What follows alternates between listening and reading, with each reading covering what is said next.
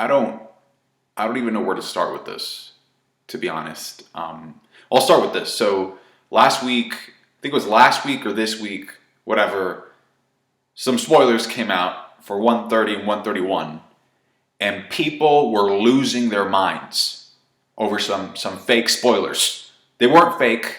I like to call them fake because they seem fake right now after watching this episode. They were very vague, all right? Very vague spoilers, and people were rage quitting this show like no tomorrow. The spoiler said that Jiren was going to go for an out of bounds and push Goku out of the ring, out of the platform, which he did in this episode. So technically wasn't all fake spoilers, and people were mad. People were very angry, very, very upset. I find it fascinating how some part of the fandom is willing to overlook a lot of the show's issues when it comes to writing and consistency.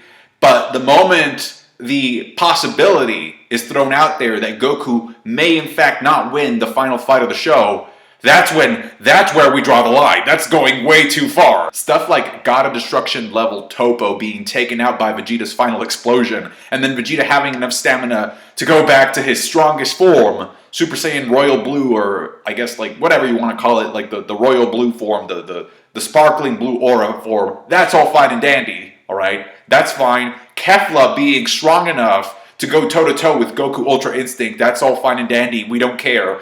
But don't you dare make Goku lose the final fight. That's just going way too far. That's totally out of control, and the fans will not stand for it. The Dragon Ball franchise has now officially become like Star Wars. It's the same thing, in the sense that it's a property that a lot of people are very heavily attached to, mainly in part because they grew up with it, okay? Everybody's watching the new content, the new Dragon Ball content, just like everybody's watching the new Star Wars content. And there's also brand new fans coming into the property as well. So everybody's anticipating the new content, the new episodes, or the new movies. And then we actually get the content, and either people hate it, or they damage control the crap out of it. I've always considered myself to be right smack in the middle of those two. I try my best. It's hard, but I try. That's what I mean when I say that Dragon Ball has now become the new Star Wars. It's a fascinating phenomenon in fandom. Okay, that aside though, the animation of this episode, Naotoshi Shida, combined with the music, combined with the fighting dynamics, combined with the facial expressions, combined with the colors of the new aura, was phenomenal. Like, look at this. Look at these shots. Just absolutely tremendous. Like, plus the fluidity of the fight. Just moving so smoothly. There was one part where they essentially turn into comets, busting into each other. There are only 3 things in this episode that kind of threw me off for a little bit, so I'm just going to touch on them briefly, and then I'm really going to get into it. So, the first thing is, there's a shot of Vegeta. It's this shot right here.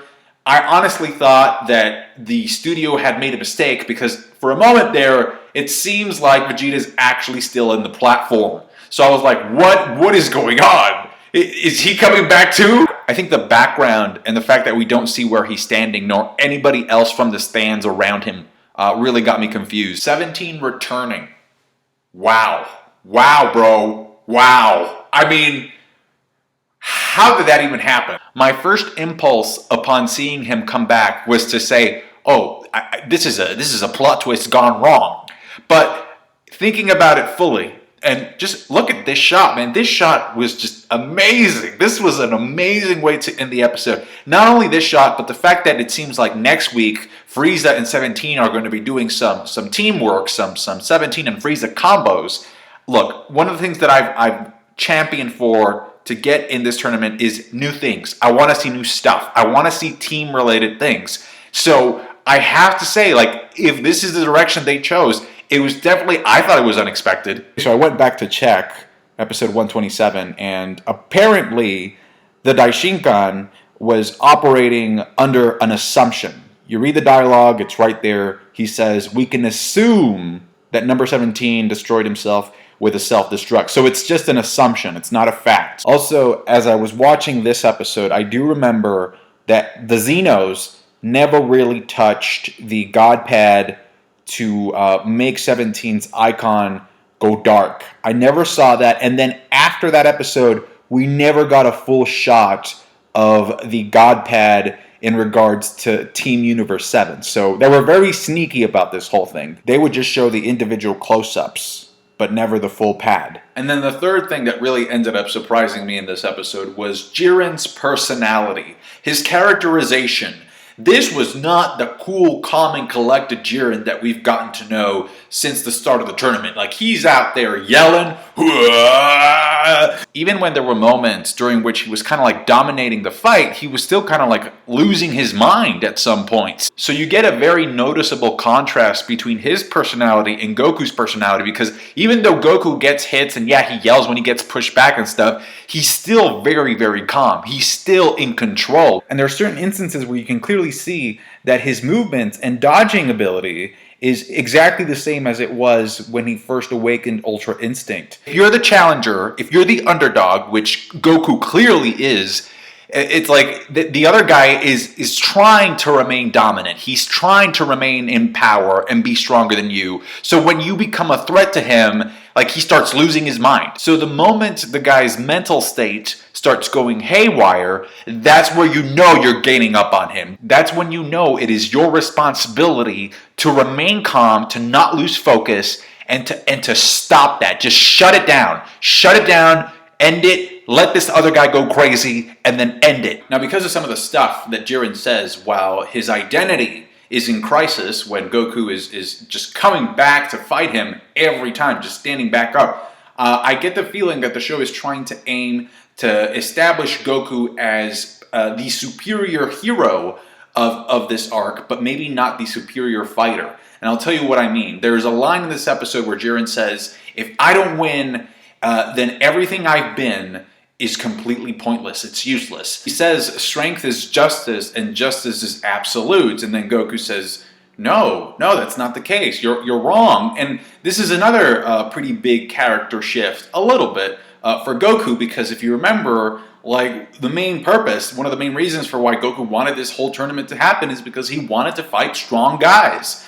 But now it's kind of like, wait a minute, it's not just about him, it's about everybody else. And I feel like this should have been emphasized a little bit sooner, but I'm glad that we're finally at this point where in which the thing that sets Goku apart from Jiren isn't his unlimited desire to obtain more power and keep getting stronger and being the superior fighter, but instead it's how much he cares about the people of Earth. And we get these great flashbacks going back to the Roshi and Krillin days, and then he gets the power of friendship boost and ultimately ends up pushing Jiren to the ground. To the point where Jiren pretty much verbally admits that he's been defeated. He says, okay, fine. I'm about to take this L. I lost. What are you doing? Just go ahead and knock me out of the platform already. And this is where the show actually does something that is more creative and smarter than I initially would have given it credit for. And that's the fact that not only does Goku not knock Jiren off, but if you look at the energy that he was about to use, the energy seemed to have like a healing